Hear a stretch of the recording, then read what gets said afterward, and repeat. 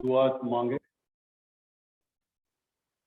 अनुग्रहकारी परमेश्वर, हम तेरा धन्यवाद देते हैं प्रभु जी कि तूने आज के सुंदर दिन समय को हमारे लिए इसलिए बनाया ताकि आज हम इस राष्ट्र में रहकर हम तेरी भक्ति निष्ठा हम लोग करने पाए।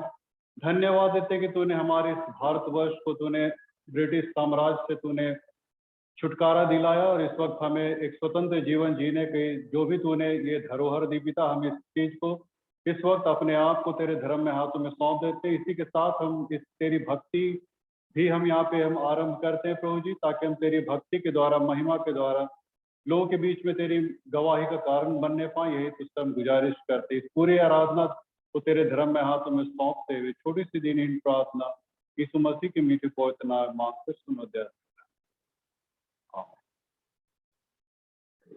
हम लोग गीत गाएंगे गीत संग्रह से 193 हिम 193 गीत संग्रह से 193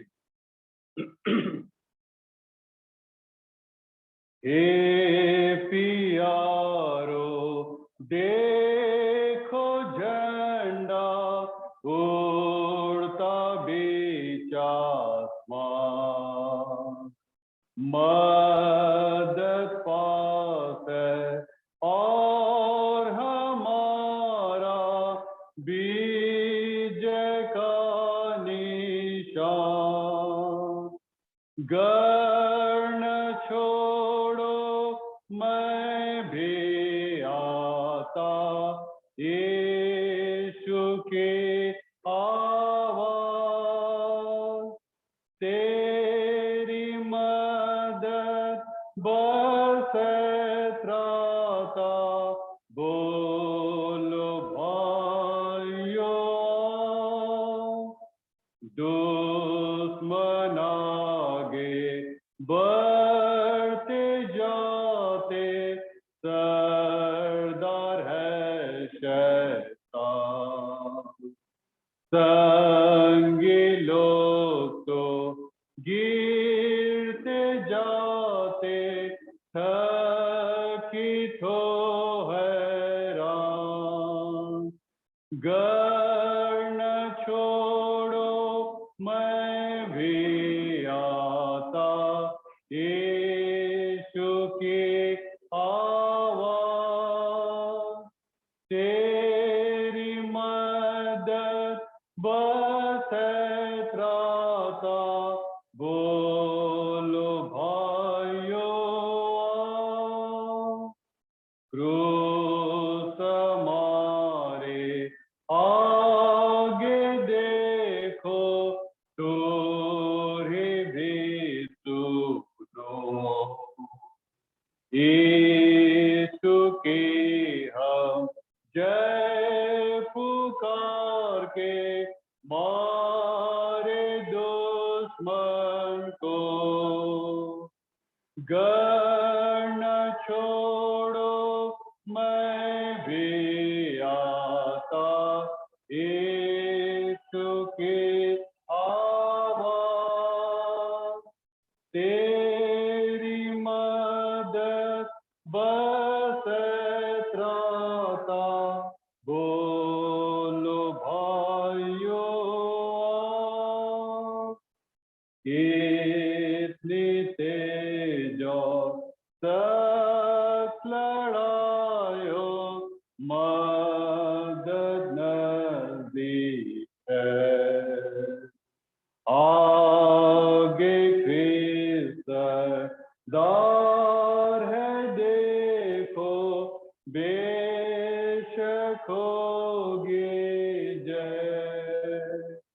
गण छोड़ो मैं भी आता यीशु की आवाज, तेरी मदद बरसे त्राता बोलो भाइयों।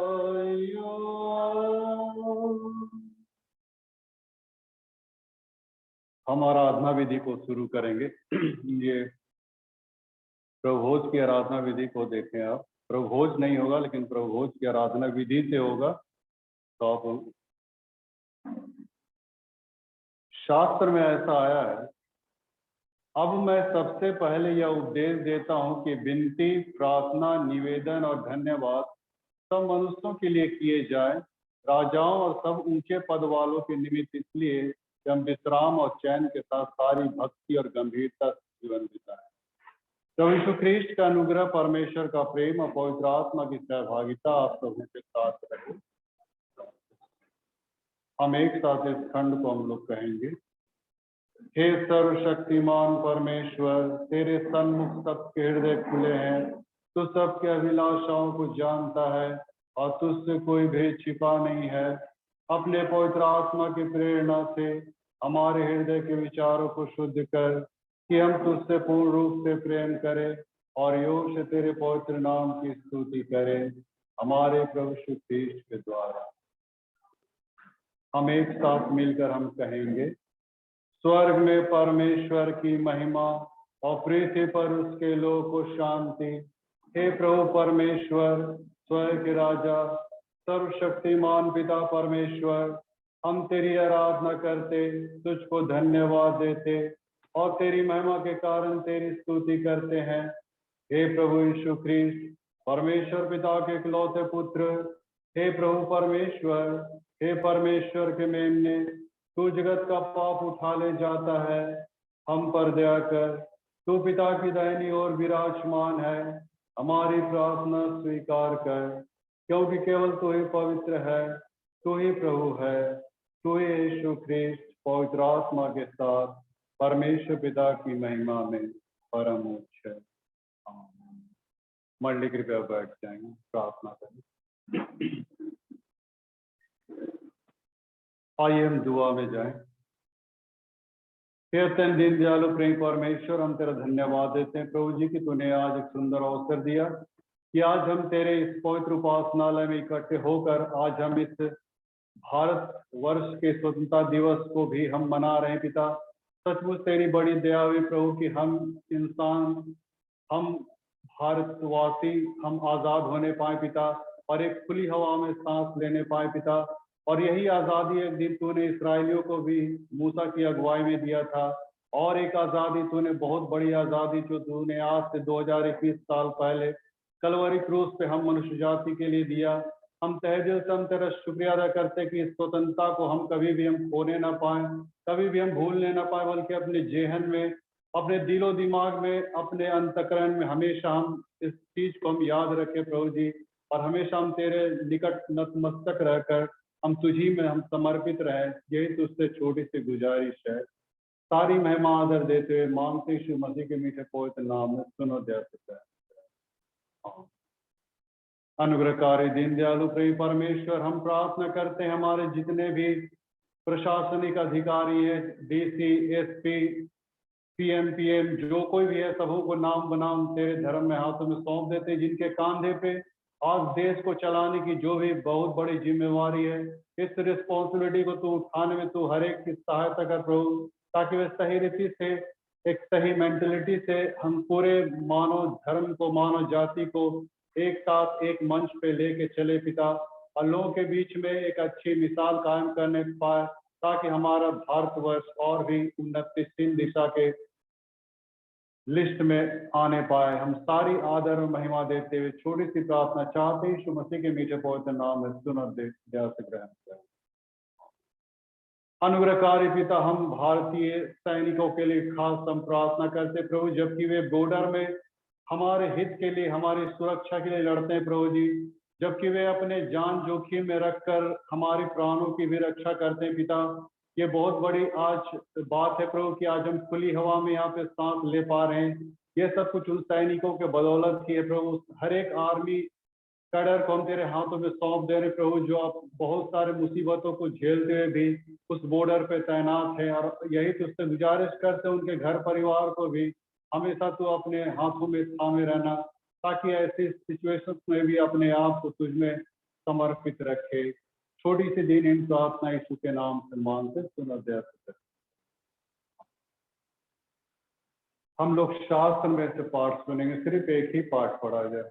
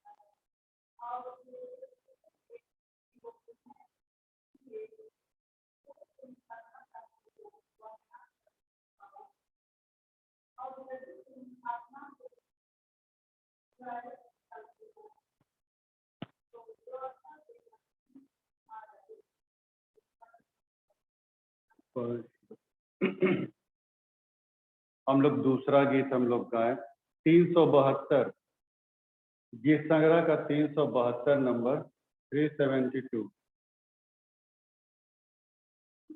बोलो जय मिलकर जय, बोलो जय यीशु की जय, बोलो जय मिलकर जय, बोलो जय यीशु की जय, बोलो जय जय जय।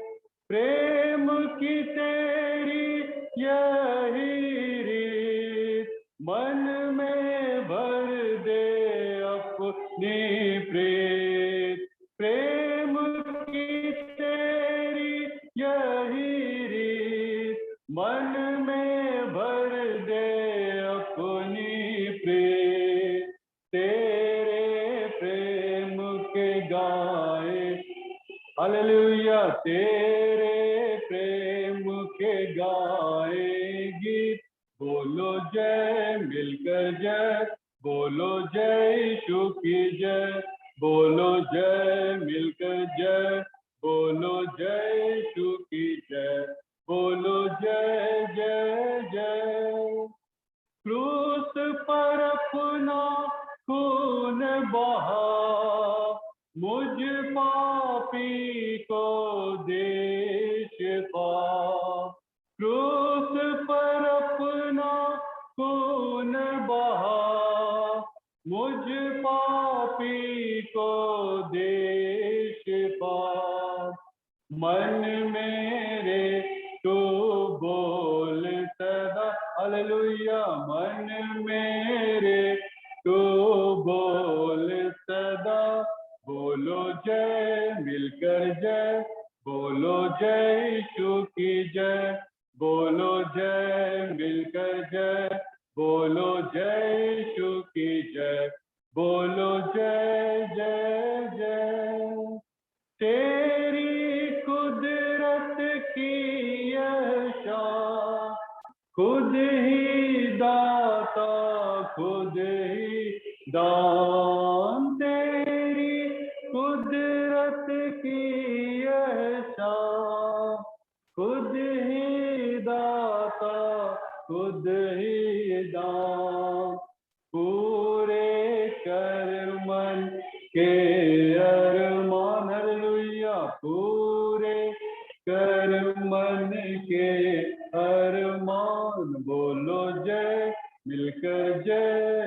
बोलो जय यीशु की जय, बोलो जय मिलकर जय, बोलो जय यीशु की जय, बोलो जय जय जय। खिदमत अपनी ले मुझसे, इस मंदिर में तू बसे। खिदमत अपनी ले मुझसे, इस मंदिर में तू बसे।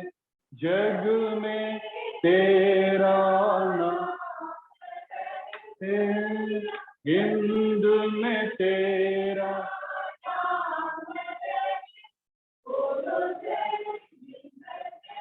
बोलो जय यीशु की जय, बोलो जय मिलकर जय, बोलो जय की जय, बोलो जय जय।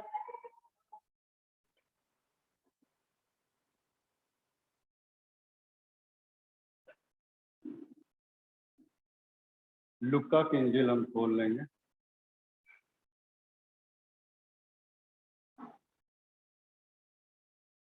लुक्का के समाचार उसका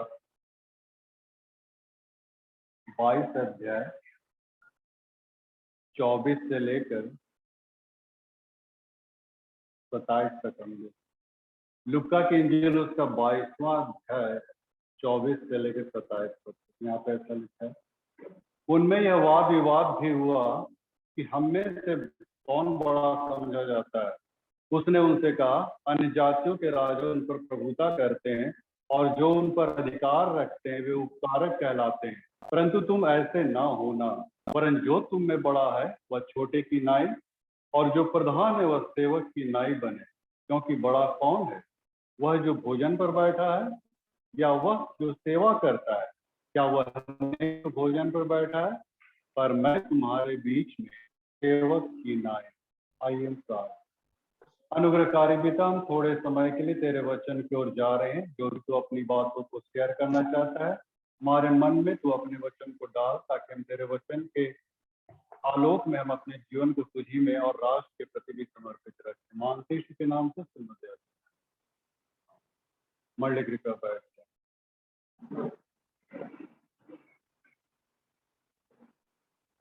आज बड़े सौभाग्य की बात है कि आज हम लोग यहाँ पे काफी संख्या में इकट्ठे हैं और आज हम लोग विशेष कर मतलब हम लोग स्वतंत्रता दिवस के अवसर पे यहाँ पे हम लोग मौजूद हैं, विद्यमान है। और ये 75वीं वर्षगांठ हम लोग इस वक्त हम लोग मना रहे हैं स्वतंत्रता दिवस के रूप में। भारत राष्ट्र के 75वीं स्वतंत्रता दिवस को हम लोग वर्षगांठ को हम लोग मना रहे हैं। और आज का विषय भी कुछ इसी टाइप का है। मैंने आप जंतरी पाठ या अलमनक में आप देखिएगा तो लिखता है कि राष्ट्र के लिए जो हमें स्वतंत्रता मिली, राष्ट्र की जो स्वतंत्रता हमें जो मिली है, उस स्वतंत्रता को हम अनुशासन और आत्म त्याग से ही बरकरार रख सकते हैं, है ना। इस संदर्भ में हम लोग बातचीत करेंगे। हमारी जो स्वतंत्रता है उसे हम आत्म त्याग और अनुशासन, इसी के तहत हम इस स्वतंत्रता को अपने जीवन में हम बरकरार रख सकते हैं। इसी संदर्भ में हम थोड़ी देर हम लोग देखेंगे। और सचमुच हमारे लिए ये भारतवर्ष, जो कि एक समय ब्रिटिश के अधीन था, लेकिन आज़ादी मिली और हम हर एक स्वतंत्रता सेनानियों के लिए भी, हर एक उन नेताओं के लिए जिन्होंने अपने आप को बलिदान दिया, अपनी आहुति दी प्राणों की, और इस रूप में आज हमें खुले सांस लेने का यहाँ पे मौका मिल रहा है, कि हमारे लिए उन्हीं की उपलब्धि है, उन्हीं की देन है, उन्हीं की उपलब्धि है, जिस रीति से आज हम लोग हमें स्वतंत्र महसूस हो पा रहे हैं। तो ये राष्ट्र जो स्वतंत्र तो हुआ और एक हमें जो आजादी दी, इस स्वतंत्रता को अब बरकरार रखना ये हमारी और आपकी जिम्मेदारी बन गई। न सिर्फ राष्ट्र के प्रति बल्कि परमेश्वर के प्रति, समाज के प्रति, परिवार के प्रति, सबों के प्रति किस रीति से हम इस स्वतंत्रता का लिहाज करें, या जो भी स्वतंत्रता जो उन्होंने दी, राष्ट्र को समर्पित की, उस धरोहर को हम कैसे बचाए रखें, ये बहुत बड़ी बात है। न सिर्फ ये परिवार के लिए, न समाज के लिए, बल्कि पूरे राष्ट्र के लिए, हमारी कलीसिया के लिए भी है। और इसीलिए अनुशासन की मांग परमेश्वर करता है कि हम अनुशासित हों। तो अनुशासित हम समाज को कैसे अनुशासित कर सकते हैं, राष्ट्र को कैसे अनुशासित कर सकते हैं? सबसे पहले अनुशासन का आरंभ कहाँ से होगा? खुद से होगा। जब तक हम खुद अनुशासित नहीं होंगे तब तक हम न परिवार को, न समाज को, न कलीसिया को, न राष्ट्र को, किसी को भी हम अनुशासित नहीं कर सकते। तो परमेश्वर सबसे पहले हमको अनुशासित मैंने चाहता कि हम अनुशासित। हम लोग कभी कभी प्रार्थना करते, परमेश्वर राष्ट्र को बदल दो, है ना, समाज को बदल दो और कलीसिया को बदल दो। हम लोग ऐसा खूब प्रार्थना करते हैं। ऐसा थोड़ी होता है। परमेश्वर का एजेंडा ऐसा नहीं है। परमेश्वर का जो स्ट्रेटजी है, बनाने का तरीका ऐसा नहीं है। अब परमेश्वर ही सब कुछ बदल डालेगा तो हम और आप क्या कर रहे हैं बाबा? हाँ, हम लोग काहे भेजा है इस दुनिया में? सब परमेश्वर ही कर देगा, डंडा घुमाएगा, पूरा राष्ट्र एकदम बदल जाएगा, सब शांति आनंद और सब जगह भाईचारे। ऐसा थोड़ी होता। परमेश्वर का स्ट्रेटजी ऐसा नहीं। परमेश्वर पहले आपको बदलेगा, फिर आपके थ्रू समाज को बदलेगा, राष्ट्र को बदलेगा। तो अनुशासन सबसे पहले हमारे ऊपर से आरंभ होता है, खुद से आरंभ होता है। और यही अनुशासन यीशु मसीह ने भी जी के दिखाया। लुक्का में क्या लिखता है? वह न सिर्फ परमेश्वर के अनुग्रह में बढ़ता गया लेकिन मनुष्यों के भी अनुग्रह में बढ़ता गया। दोनों रूपों में बढ़ता गया। ऐसा नहीं कि सिर्फ परमेश्वर के प्रति। हम लोग तो प्रभु हम कितना तुम्हारे प्रति समर्पित। अच्छा, बगल वाले से 36 का आंकड़ा बनाए हुए हैं पड़ोसी से और समर्पित है। तो ऐसा थोड़ी होता है। यीशु मसीह दोनों सिचुएशन में अपने आप को, लुका 2 शायद 50 या ऐसी कुछ है, वहां पे लिखा हुआ परमेश्वर यीशु मसीह परमेश्वर और मनुष्य दोनों के अनुग्रह में बढ़ता है। ना सिर्फ परमेश्वर की जुरिडिक्शन में पला बड़ा, बल्कि मनुष्यों के, चाहे वो परिवार हो, चाहे समाज हो, चाहे कलीसिया हो, कोई भी हो, तो उसके अधीनस्थ रह के अपने जीवन को गुजारा। और इसीलिए देखिए मित्रों, वो समाज के भी नियमों को पालन करते रहा। हम लोग ऐसा ना समझे कि सिर्फ कलीसिया की देखभाल करता था, चर्च की देखभाल करता था, ऐसा नहीं। परिवार की देखभाल करता था, ऐसा भी नहीं।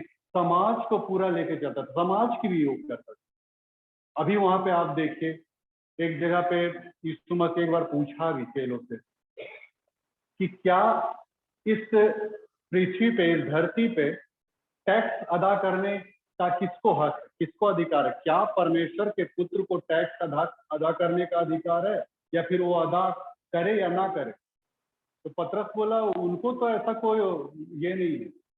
परमेश्वर के पुत्र को या मनुष्य के पुत्र को ऐसा कुछ भी ये नहीं है उसके ऊपर में कि मतलब उसको देना ही पड़े टैक्स, ऐसा नहीं है। लेकिन यीशु मसीह ने क्या कहा? मत्ती 17 अध्याय में दिया। यीशु मसीह बोल रहा है कि नहीं बाबू, ऐसा नहीं करना है। माने समाज का जो नियम है, रोम सम्राट का जो, देखिए सरकार का नियम को बता रहा है। सरकार का जो नियम है, रोम सम्राट का जो नियम रखा गया है टैक्स अदा करने का, उसको दो। तो जाओ तुम झील में जाओ, वहां पे बंसी डालो, वहां पे मछली मिलेगा, वहां से 2 सिक्के मिलेंगे उसके मुंह से, और तुम उन सिक्कों को टैक्स के रूप में अदा करना। तो कितना अच्छा यीशु मसीह, मतलब माने किसी को ठोकर ना लगे कहा के।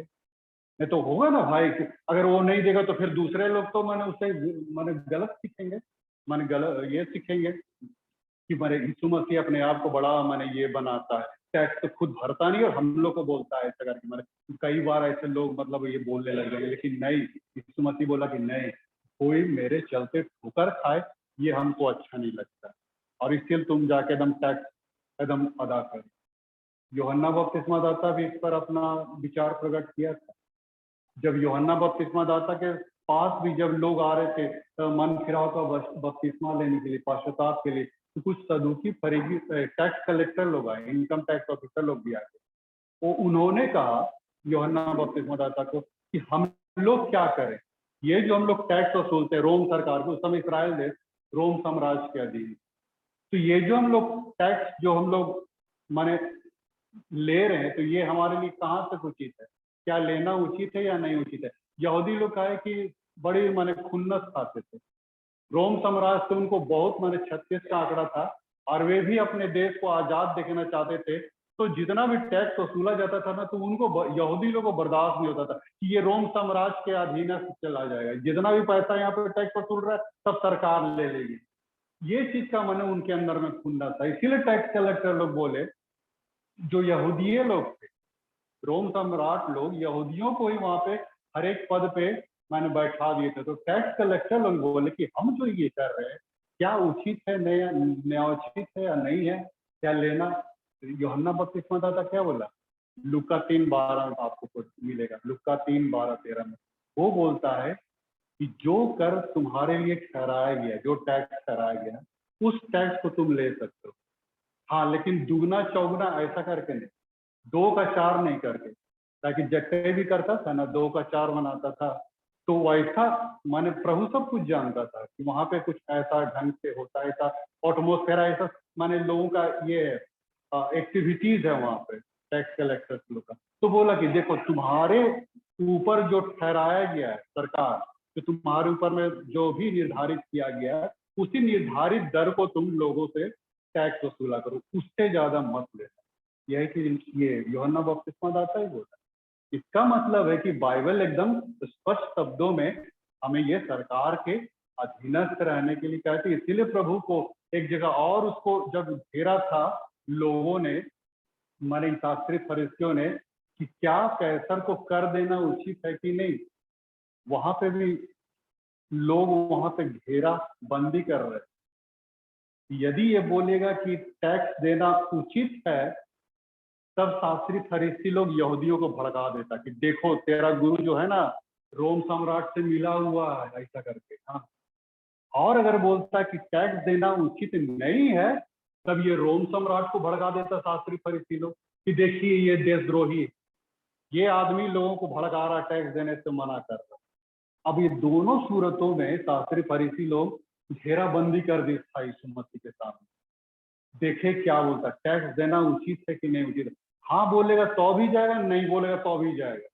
मैंने दोनों सूरतों में और यीशु मसीह समझ लिया कि इनके खोपड़ी में मन में क्या चल रहा है, और तब बोला वो सिक्का मेरे पास लाओ। तब सिक्का को लाया गया, वहां पे कैसर का फोटो था, पिक्चर था, तस्वीर थी। तो बोला किसका फोटो है, किसका तस्वीर है, तो बोला कैसर का, सरकार का, सम्राट का। तो बोला कि जो सम्राट का है, कैसर का है, सरकार का, उस सरकार को दो, और जो परमेश्वर का, परमेश्वर को दो, खत्म बात। हाँ, मैंने दोनों सूरतों में अपने आप को रखा बीचों बीच, है ना। सरकार को भी देना जितना देना उतना दो, परमेश्वर को भी, यहूदियों को भी खुश कर दिया, परमेश्वर का जितना बनता हो उतना दो भाई।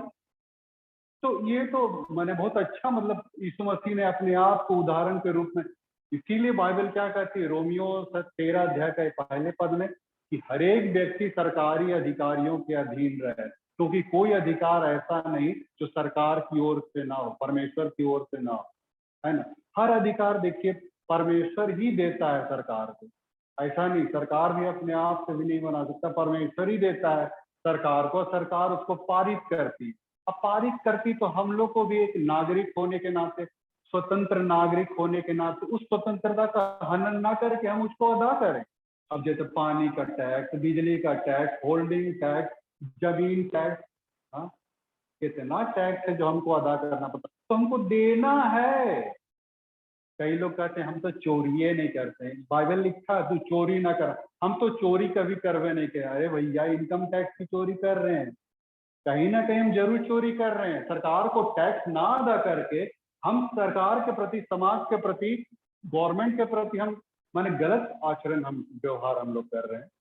तो परमेश्वर कह रहा है कि तुम उस स्वतंत्रता का हनन मत करो, जो स्वतंत्रता तुमको दी गई, जो रिलीफ दी जा रही है समाज की ओर से, कलीसिया की ओर से, उसका पालन तुम करो, है ना। चाहे समाज को, चाहे गवर्नमेंट को, जो कुछ भी टैक्स चाहिए, चाहे चर्च को भी, ऐसा नहीं। अब चर्च की भी दायित्व है, चर्च के प्रति भी आप लोग का दायित्व है कि आज टैक्स को जमा करे, कर को जमा करे।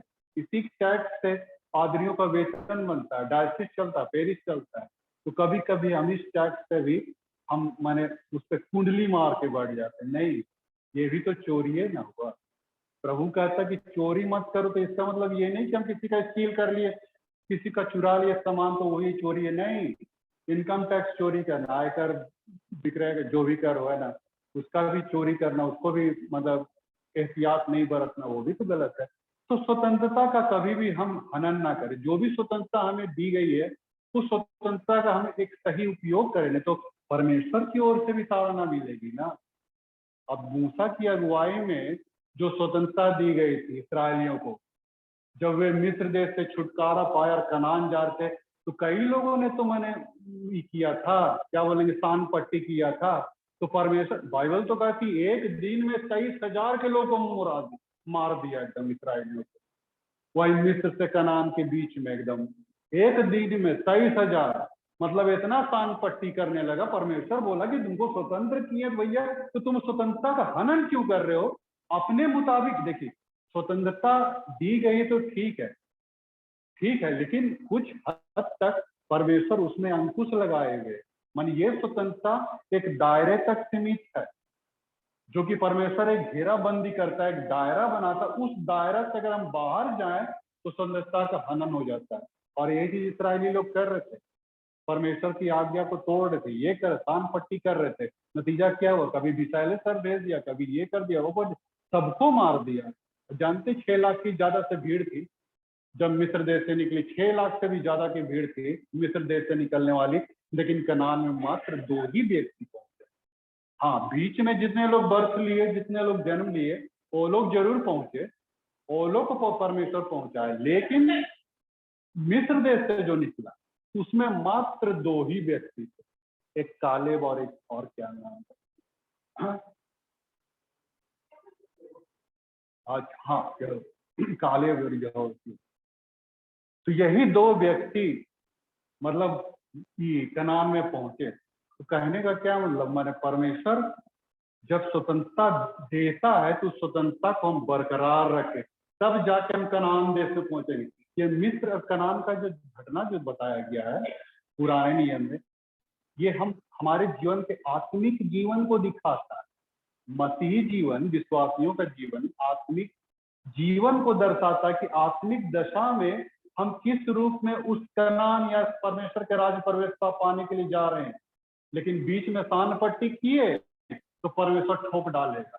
हाँ, जैसा इसराइलियों को ठोका, हम लोग को भी ठोक देगा मित्र। आत्मिक रूप से जो भी स्वतंत्रता दी कलवरी क्रूस पे, उस स्वतंत्रता का हनन हमको नहीं करना, चाहे परमेश्वर के प्रति, चाहे समाज के, परिवार के, कलीसिया के प्रति, कहीं पर भी हमको हनन नहीं करना है। उसको एक दायरे में ही हम लोग को रखना है। इसलिए पौलुस, अभी हम लोगों ने पढ़ा गलाती की पत्री 5 अध्याय के 1 पद में कि तुम उसी में स्थिर रहो, दासत्व के जुए में फिर से ना जूतो, जो स्वतंत्रता तुम्हें दी गई है उस स्वतंत्रता का हनन ना करो। कुछ इस प्रकार है, मैं वहां पे पढ़ देना चाहता हूँ। लिखता है, मसीह ने स्वतंत्रता के लिए हमें स्वतंत्र किया, सो इसी में स्थिर रहो और दासत्व के जुए में फिर से न जूतो। जी हाँ मित्रों, इसी में हमको स्थिर रहना। स्वतंत्रता दी गई, ठीक है भाई, लेकिन इस स्वतंत्रता का ये मतलब नहीं कि हम लोग को लाइसेंस मिल गया है ना पाप करने का, हाँ, मारपीट करने का और ये करने का। नहीं, लाइसेंस नहीं मिला बाबू, है ना। कभी कभी हम लोग ऐसा माने समझने लग जाते, प्रभु तो हमको लाइसेंस दे दिया, हम पौनो कुछ करेंगे तो हमको थोड़ी कुछ होगा। हाँ, हम तो परमेश्वर के चुने हुए व्यक्ति। अच्छा, ठोक देगा धर के परमेश्वर, बोलेगा स्वतंत्रता का हनन करते हो। बोलता है इसी में स्थिर रहो, दासत्व के जुए में फिर से ना जुतो। दोबारा फिर से पाप के दासत्व में इसराइली लोग भी जुतने के लिए तैयार हो गए। नहीं, जब मिस्र देश से कनान की यात्रा में निकाला, कई जगह समस्याएं, पीड़ाएं और दुख परेशानियां, इसराइली लोग कुड़कुड़ाने लगे, अरे हम लोग तो इससे अच्छा मिस्र देश में थे, वहीं पे मर जाते हैं, वहीं खप जाते हैं, वहां तो मिस्र में क्या हमारे लिए कब्रें नहीं थी, ऐसे करके इसराइली लोग बोलने लगा मूसा को। हाँ, फिर से लौट जाना चाह रहे थे उसी बंधुआई में। अरे भाई, परमेश्वर जबकि आप उस बंधुआई से छुड़ा के स्वतंत्र देश कनान में ले जा रहा है, तो फिर आप उसी में क्यों लौट जाना चाहते हैं? वही चीज हमारे आत्मिक दिशा में मित्र। कई बार समस्याओं, पीड़ाओं और ये सब को देख के हम लोग फिर से बैक स्लाइडिंग हो जाते हैं। अरे मसीह जीवन बिताना बहुत कष्टप्रद है भाई, नहीं होगा। इससे अच्छा तो पहले हमको भी, अभी भी हम भी मतलब हम भी एहसास करते हैं मित्र, अनुभव करते हैं। पिछली जिंदगी और अभी का जिंदगी को तुलना करते हैं तो बहुत मतलब कॉन्ट्रडिक्शन पाते हैं, बहुत मतलब इसमें ये डिवीजन पाते हैं, कहना चाहिए क्या बोलेंगे इसको, मैंने जैसा पहले का मेरा जिंदगी था, पहले का जीवन था, एकदम स्वतंत्र था, कोई अंकुश नहीं, किसी प्रकार का कोई अंकुश, जो करना है करो, है ना, पाप जघन्य अपराध जैसा करना है तैसा करो, कोई हमारे ऊपर में अंकुश लगाने वाला नहीं, इतना स्वतंत्र अपने आप को पा रहे थे। लेकिन जब से यहाँ प्रभु के इसमें आए, जुरिडिक्शन में आए, तब से तो भैया एकदम अंकुश लग गया। अब हम तान पट्टी नहीं कर सकते हैं, तान पट्टी जहाँ की है तो परमेश्वर देगा ठोक, है ना। तुमको स्वतंत्र किए बाबू इसलिए नहीं कि तुम यहाँ तान पट्टी करो। तो अभी का जीवन को हम कंपेयर करते हैं तो अभी कई बातों में अंकुश लग जाता है। आत्मिक जीवन में जब आप चलिएगा ना, तो कई गुना पाप अपराध को करने में आप हिचकिएगा, डरिएगा। अब आप वैसा नहीं कर पाएंगे जैसा आप पहले करते रहे, ताकि अब आप जुरिडिक्शन में आ गए, परमेश्वर के ग्रिप में आ गए। पहला यूहन्ना 3:9 को आप पढ़िएगा, लिखता है कि जो उद्धार पाता है, परमेश्वर जन्मा है, वो पाप नहीं करेगा क्योंकि उसका बीज उसमें बना रहता है। तो जब परमेश्वर का बीज बना रहता है तो वो गलती करने में घबराएगा, पाप करने में, गलती करेगा। बाइबल कहती है इस बात में कि दूसरा एक सब्जेक्ट है, इसको अभी छोड़ देते हैं, दूसरा सब्जेक्ट है ये, लेकिन हाँ गलती करेगा, लेकिन हाँ माने उसका बीज, परमेश्वर का बीज उसमें बना रहता है, इसलिए वो पाप नहीं करेगा। ये धर्मशास्त्र कहती, पहला यूहन्ना 3:9 में कहती है। तो खैर, कहने का ये मतलब मित्रों, कई बार हम जो आत्मिक जीवन में जब आते हैं तो स्वतंत्रता तो प्रभु ने दी, लेकिन इस स्वतंत्रता को बरकरार रखना हमारे लिए बहुत टेढ़ी खीर हो जाती है, या कहना चाहिए बहुत चुनौती भरी हो जाती है। कोई अगर पहले क्या होता है, कोई थप्पड़ मारे तो घुमा के हम भी दे दिए उसको, है ना, लेकिन अब क्या, कोई मारा तो बाइबल क्या कहती है, प्रभु बोलता दूसरा गाल भी फेर दो। अरे बाबा प्रभु, आप क्या ऐसा सा कंडीशन डाल देते हैं। हाँ, मैंने मैंने सोचिए, अजीब अजीब, मैंने प्रभु तो एकदम अलगे, मैंने अजीब सा ट्विस्ट मार देती है एकदम। मैंने यहाँ पे भी चेला लोग, मैंने अपने आप को बड़ा बनाने की कोशिश कर रहा था। अभी जो हम लोग लुक्का में पढ़े, सबसे बड़ा कौन है, चेला लोग भी झगड़ पड़ा, हम में से बड़ा कौन, हम में से बड़ा कौन, ले यहाँ हम में से बड़ा कौन है। प्रभु यहाँ दुख भोग जा रहा है, वहां पे क्रूस काट की ओर जा रहा है, और यहाँ चेला लोग अपना बड़ा होने का पदवी और पोस्ट लेने के लिए मैंने जुझा हुआ है यहाँ। तो प्रभु स्वतंत्र करना चाहता है हमारी सोच को, हमारे विचार को। ये जो बड़प्पन की जो भावना चेलों में आई थी, उसको भी स्वतंत्र करना चाहता है। इसलिए तो यूहन्ना 8:32 में लिखता है कि तुम स्वतंत्र की जाओ, हाँ, सत्य को, असत्य तुम्हें स्वतंत्र करेगा, तुम सत्य को जानो और सत्य तुमको स्वतंत्र करेगा। ये यूहन्ना 8:32 में लिखता है। तो जब हम सत्य को जानेंगे, यानी कि प्रभु को जानेंगे, सत्य मतलब कौन है, प्रभु है। प्रभु को जब हम जानेंगे तो हम स्वतंत्र हो जाएंगे। हमारी जो सोच है, हमारे जो विचार, हमारे दृष्टिकोण है, एकदम आमूल चूल परिवर्तन आ जाए जब प्रभु को अगर हम जान गए, तो प्रभु को अगर अपने जीवन में ग्रहण करेंगे। ना सिर्फ आपका स्वभाव, एक्टिविटीज बदलेगा, बल्कि आपकी सोच में बदलाव आएगा। और एक विद्वान ने सही कहा है कि उद्धार तब तक संभव नहीं है जब तक कि आपके सोच, आपके विचार, आपके दृष्टिकोण में आमूल चूल परिवर्तन ना आ जाए। तो ये आमूल चूल परिवर्तन आना बहुत जरूरी है। सिर्फ स्वभाव, एक्टिविटीज बदलना जरूरी नहीं है, लेकिन सबसे बड़ा जरूरी है कि ये मन, विचार और दृष्टिकोण। और ये तब होगा जब हम प्रभु को हम पहचान लेंगे, उसको ग्रहण करेंगे, अडॉप्ट करेंगे, उस पर विश्वास करेंगे, यकीन मानिए कि फिर आप स्वतंत्र हो जाएंगे हर चीज में। चाहे आप मतलब किसी भी पाप के दासत्व में, अंधविश्वास के दासत्व में, चाहे किसी भी प्रकार के ऐसे विचार जो आपको उद्वेलित कर रही है, या फिर वो सही निर्णय नहीं पे आप पा रहे हैं, लेकिन आपको प्रभु सही निर्णय देगा। आप मैंने कुविचार से आप आजाद हो जाइएगा, गलत धारणा से, दृष्टिकोण से आपको एक सही सोच की ओर प्रभु ले जाए। आपकी जो सोच होगी ना, जब प्रभु को जो ग्रहण करता, उद्धार पाता, उसकी सोच को आप देखिएगा, उसकी सोच एकदम सही डायरेक्शन में जाएगी। आप उससे सलाह भी ले सकते हैं, मशवरा भी ले सकते हैं, आपको एक सही दिशा में आपको बताएगा, ले जाएगा, गलत दिशा में नहीं ले जाएगा। तो कहने का वही मतलब कि आपकी सारी सोचों में एकदम स्वतंत्र कर दिया है। बाइबल यही कहती है कि जहां आत्मा है वहां स्वतंत्रता है। तो आत्मा जहां आपके अंदर आएगी तो आप स्वतंत्र हो जाएंगे, उस दिन स्वतंत्र होंगे। अभी तो प्रतंत्र है, हम लोग कहना चाहिए। भारत देश आजाद हुआ, ठीक है भाई, लेकिन फिर भी हम प्रतंत्र ही है, कहना चाहिए एक तरह से, है ना। गरीबी से प्रतंत्र है, मैंने, और फिर जमींदारी तो खैर आजकल नहीं है, मैंने क्या बोलते हैं आजकल जो पूंजीपतिवाद है, समाजवाद है, धर्म, जात, मजहब, सारी चीजों से हम बंधन में हम लोग पड़े हैं।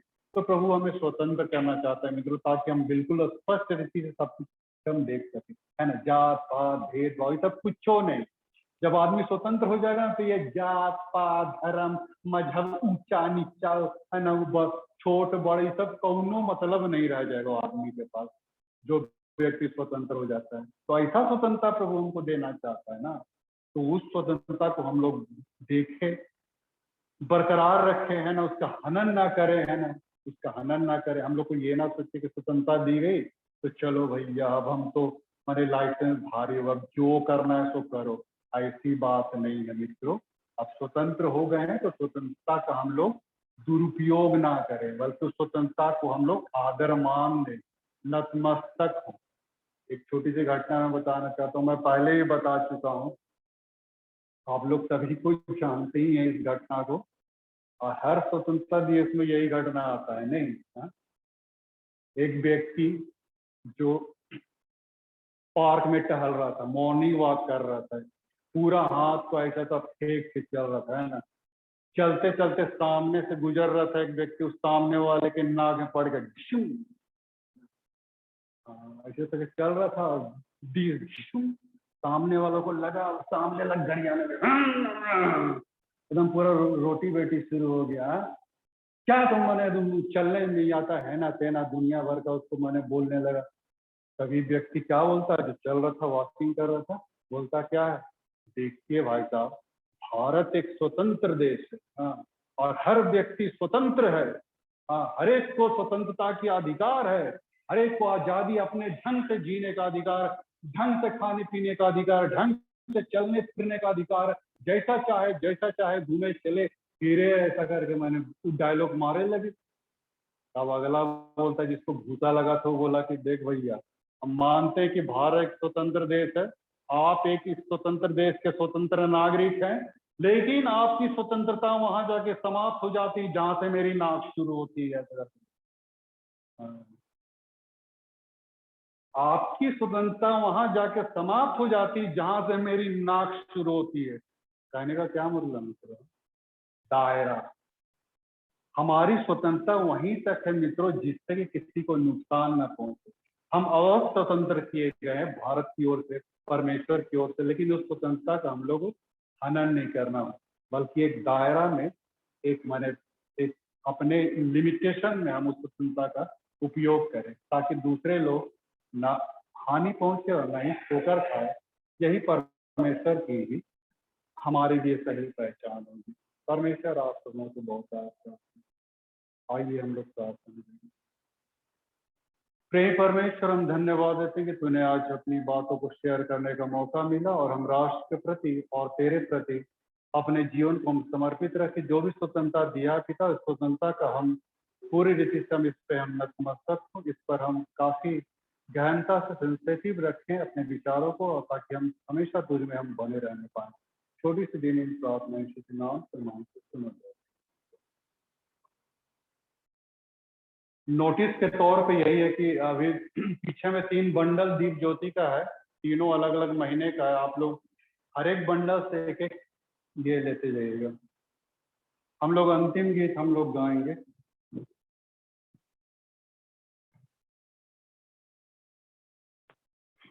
और इस गीत के समय अब हम दान हम लोग अर्पण करेंगे। मेलोडी सॉन्ग से गीत नंबर 16 को हम लोग गाएं। मेलोडी सॉन्ग से गीत नंबर 16 को गाएं, शांति के दूत हम बने।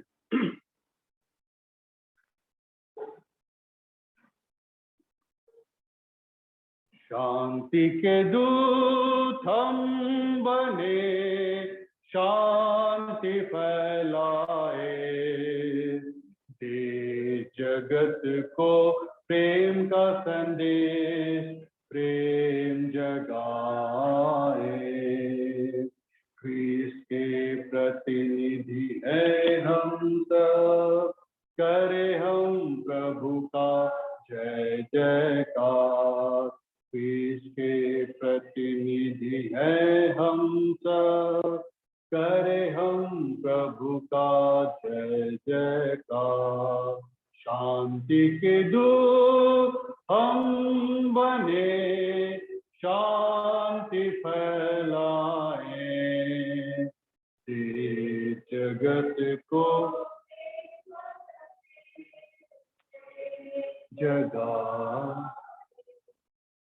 विश्व में न्याय और शांति फैलाए, सभी राष्ट्रों में प्रभु गुण गाए।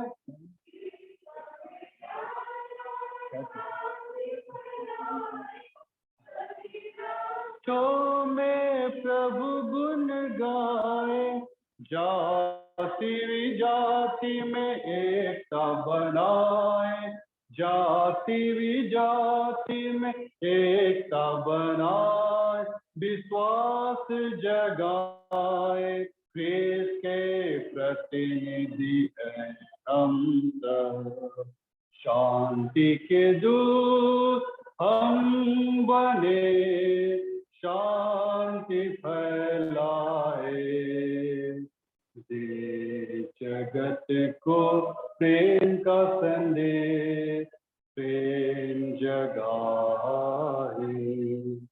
हमारा देश, हमारी संस्कृति, हमारी सभ्यता, व्याकुल अंबर, व्याकुल धरती, व्याकुल है ये जग सारा, शांति ख्रीष्ट की पाने को, शांति के दूत हम बने, शांति फैलाए, दे जगत को प्रेम का संदेश, प्रेम जगा,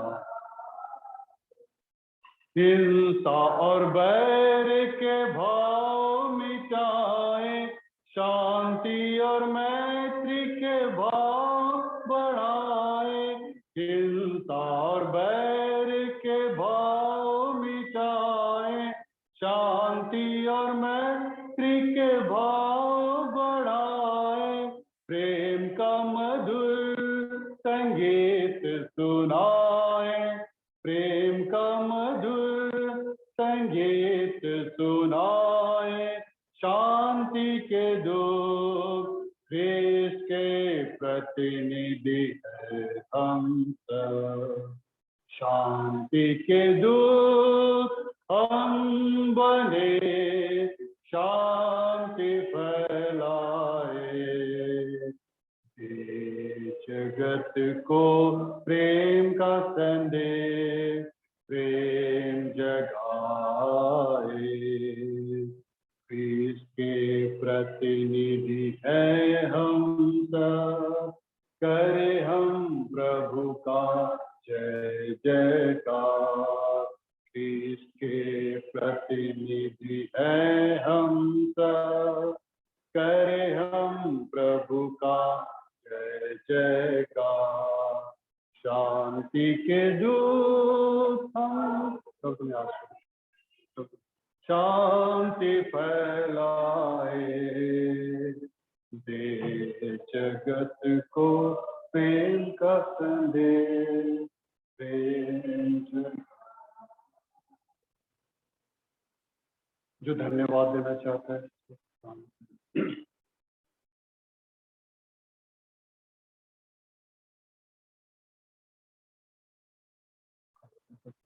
धन्यवाद है। अच्छा,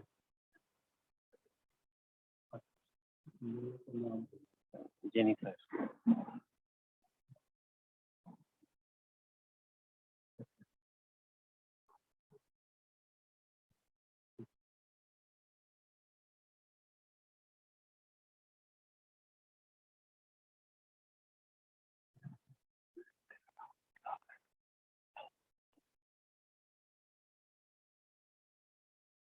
नीति वचन 3 अध्याय में ऐसा लिखा है, 1 से 8 पद तक, हे मेरे पुत्र पुत्रियों, मेरी शिक्षा को ना भूलना, अपने हृदय में मेरी आज्ञाओं को रखे रहना, क्योंकि ऐसा करने से तेरी आयु बढ़ेगी और तू अधिक कुशल से रहेगी। कृपा और सच्चाई तुझसे अलग ना होने पाए, वरन उनको अपने गले का हार बनाना और अपने हृदय रूपी पट्टियां पर लिखना। और तू परमेश्वर और मनुष्य दोनों का अनुग्रह पाएगा। तू अति बुद्धिमान होगा, तू अपनी समझ का सहारा ना लेना, वरन संपूर्ण मन से यहोवा पर भरोसा रखना। उसी को स्मरण करके सब काम करना, तब वह तेरे लिए सीधा मार्ग निकालेगा। अपनी दृष्टि में बुद्धिमान न होना, यहोवा का भय मानना और बुराई से अलग रहना। ऐसा करने से तेरा शरीर भला चंगा और तेरी हड्डियां पुष्ट रहेगी। आइए हम लोग प्रार्थना में जाएंगे। अनुग्रहकारी दीन दयालु प्रेम परमेश्वर, हम तेरा धन्यवाद देते हैं कि तूने आज एक सुंदर अवसर दिया कि आज हम अपने इन प्रियों के साथ मिलकर हम तेरी स्तुति और महिमा इस वक्त हम लोग इबादत करने पाए पिता। और सचमुच तूने हम इस्राएली जाति को इतनी आशीष दिया कि अयूब भी अपने पुस्तक में लिखता कि यदि मैं तेरे आशीष कर्म को आशीषों को गिनना चाहूँ तो भी मैं गिन नहीं पाऊंगा। इतनी अनगणित आशीष तूने हम इस्राएली समाज को तूने दिया। और इस वक्त भी पिता, जबकि ये बच्चे लोग निशान, मारिका और जेनिफर, जबकि ये तीनों 10th में एक अच्छे मार्क्स से परसेंटेज से इन्होंने पास किया, और जबकि फर्दर अपने जीवन को और भी आगे बढ़ाना चाहते हैं, आगे और भी ले जाना चाहते हैं पिता, कि हर एक क्षेत्र में उन्नति करने पाए, ऐसी तू हमेशा इनके साथ अपने आप को बनाए रखना पिता, ताकि इनकी योग्यता, इनकी कैपेबिलिटी तेरे द्वारा सब और भी निखारी जाए और आने वाले दिनों में एक समाज के में एक अच्छे नागरिक के हैसियत से, एक अच्छे मसीह योद्धा के रूप में भी अपने आप को स्थापित कर पाए। ये हम तुझसे गुजारिश करते हैं। हम धन्यवाद देते हैं भाई पवन के लिए भी प्रभु, जबकि इनको भी तूने एक बहुत बड़ी कोविड-19 से तूने इनको बचाया, और आज जबकि इनकी सांस चल रही है सिर्फ ड्यू टू तेरी वजह से, वरना अपनी कोई कैपेबिलिटी हैसियत नहीं प्रभु कि अपनी जिंदगी को हम बचा सके। लेकिन ये तेरी ही अनुग्रह और तेरी छत्र छाया कि तूने इस भाई को बचाया, और आज ये अपने घुटनों में चौखट में यहाँ पे तेरे हैं पिता। ये सब कुछ तेरी मेहरबानी का ही नतीजा है, और यही अपेक्षा करें कि ये तीनों परिवार हमेशा तेरे सानिध्य में रहे प्रभु, और तेरी महिमा स्तुति के लिए अपने आप को योग्य पाए। हम और तुझसे क्या मांगे पिता, छोटी सी दिन इन प्रार्थना यीशु के नाम से मांगते सुनो जय से। कुशल से जाइए, प्रभु आप सबों के साथ रहेंगे। मंडली कृपया बैठ जाएंगे।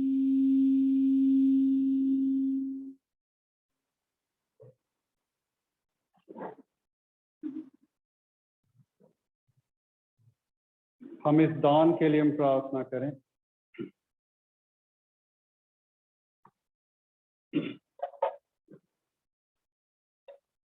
अनुग्रहकारी दीन दयालु प्रेम परमेश्वर, हम इस भेंट को हम तेरे सामने रखते हैं। तू आप अपनी आशीष का हाथ बढ़ा ताकि सारे दान तेरे कामों के लिए, महिमा के लिए इस्तेमाल किए जाएं। मांगते यीशु के नाम से सुनो दया से कह। हम अंतिम प्रार्थना हम लोग करेंगे। हे अत्यंत दीन दयालु प्रेम परमेश्वर, हम तेरा धन्यवाद देते हैं प्रभु जी कि तूने आज अपने आप को हमारे बीच में रखा, और अब जबकि हम लोग इस झंडोत्तोलन की ओर हम लोग जा रहे हैं, तेरी उपस्थिति में तेरे झंडे के नीचे रह के हम अपने राष्ट्र के प्रति एक समर्पण की भावना को, हम अनुशासन की भावना को, आत्मत्याग की भावना को, सारी भावनाओं को याद करते हुए हम इस वक्त हम तुझे सारी महिमा और आदर दे, जबकि तूने हमें खुली हवा में सांस लेने का मौका दे। इस वक्त झंडोत्तोलन का सारा प्रोग्राम तेरे हाथों में सौंप देते, तू ही इसे कंडक्ट कर। छोटी सी देने की प्रार्थना यीशु के नाम से मांगते सुनो दया से ग्रहण। आमीन। हम प्रभु की प्रार्थना एक साथ कहें। हे हमारे पिता, तू जो स्वर्ग में है, तेरा नाम पवित्र माना जा, तेरी राज आवे, तेरी इच्छा ईश्वर में पूरी होती है, बस प्रीत कर भी हो। हमारी दिन भर की रोटी आज हमें दे, हमारे अपराधों को क्षमा कर जैसे हमने अपने अपराधियों को क्षमा किया है। मैं परीक्षा में ना ला, परंतु बुराई से बचा। रास्ता तुम्हें अनुग्रह वचन संत करे, और हमारे प्रभु यीशु ख्रीष्ट का अनुग्रह, ईश्वर पिता का प्रेम, पवित्र आत्मा का यीशु सहाय। और हम लोग थोड़ी देर के लिए बाहर चलेंगे।